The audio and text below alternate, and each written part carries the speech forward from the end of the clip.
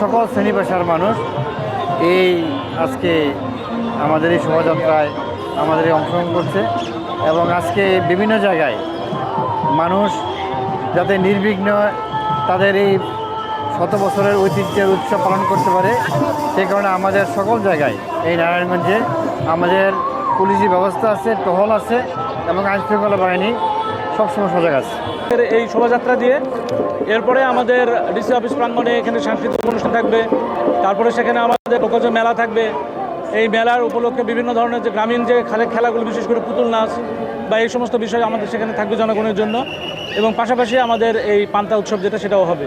তো আমাদের এইটার পয়লা বৈশাখে যে বাঙালি উৎসবটা হয়, এই উৎসব এটা দেখানো যে আমরা বাংলাদেশি যারা আছি তারা সবাই একই এবং এটা আমাদের মধ্যে কোনো ভেদাভেদ আসলে নেই। নববর্ষের আমরা যেমনটা ডিসি সাহেব বলতেছিলেন যে আমরা দলমত নির্বিশেষে, নারী পুরুষ ধর্মবর্ণ নির্বিশেষে আমরা আমাদের বাংলাদেশি জাতি, বাঙালি জাতি আমরা এই নববর্ষ উদযাপন করে আমরা আগামী একটি বছর সুন্দরভাবে আমরা কাটাতে চাই এবং আমরা আশা করি আমাদের এই ভেদাভেদহীনতা, আমাদের এই সৌহার্দ্য, আমাদের এই সম্প্রীতিটা বজায় থাকবে।